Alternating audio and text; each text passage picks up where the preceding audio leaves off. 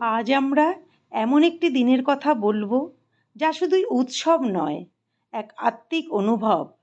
একটা দিন যা উৎসর্গ করা হয় সেই মানুষটির প্রতি যিনি আমাদের অন্ধকার থেকে আলোতে নিয়ে আসেন। তিনি হচ্ছেন আমাদের গুরু।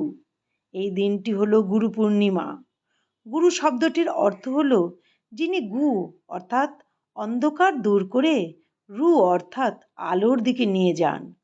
গুরু মানে শুধুমাত্র একজন শিক্ষক নয়, গুরু মানে এক দিক নির্দেশক, একজন আলোবর্তিকা, একজন অভিভাবক।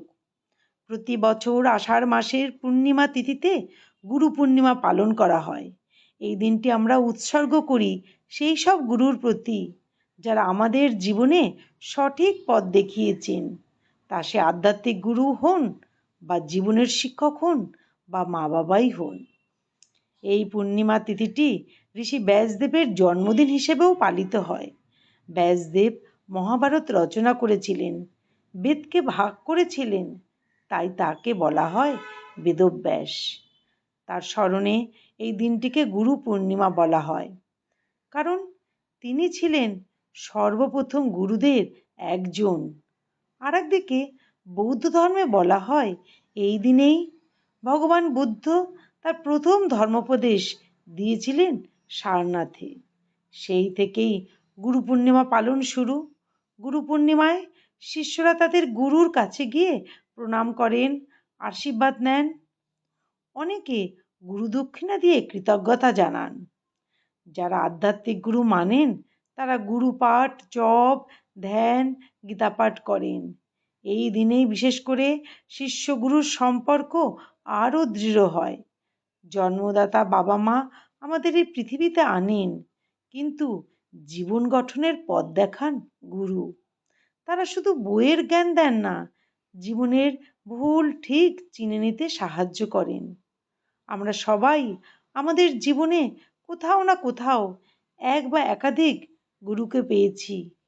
হয়তো সেটা স্কুলের শিক্ষক, না হয় একজন বয়স্ক আত্মীয়, না হয় কোনো আধ্যাত্মিক পথপ্রদর্শক।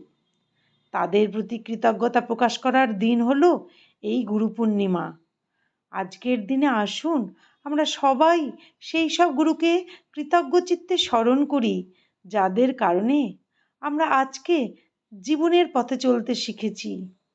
যারা আমাদের নিজের থেকে বড় হতে শিখিয়েছেন তাদের প্রতি একটিবার প্রণাম, শুভকামনা, অন্তরের কৃতজ্ঞতা জ্ঞাপন, এইটুকুই তো আমরা দিতে পারি। গুরু না থাকলে ঈশ্বরও দূরে থেকে যান। তাই গুরুই ব্রহ্মা, গুরুই বিষ্ণু, গুরুই মহেশ্বর। এই গুরু পূর্ণিমা হোক আমাদের জীবনের জ্ঞানের আলো ছড়ানোর দিন। জয় গুরুদেব, জয় গুরু পূর্ণিমা।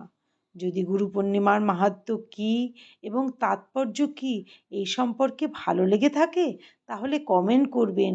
ভালোবেসে লাইক ও সাবস্ক্রাইব করলে খুব খুশি হব।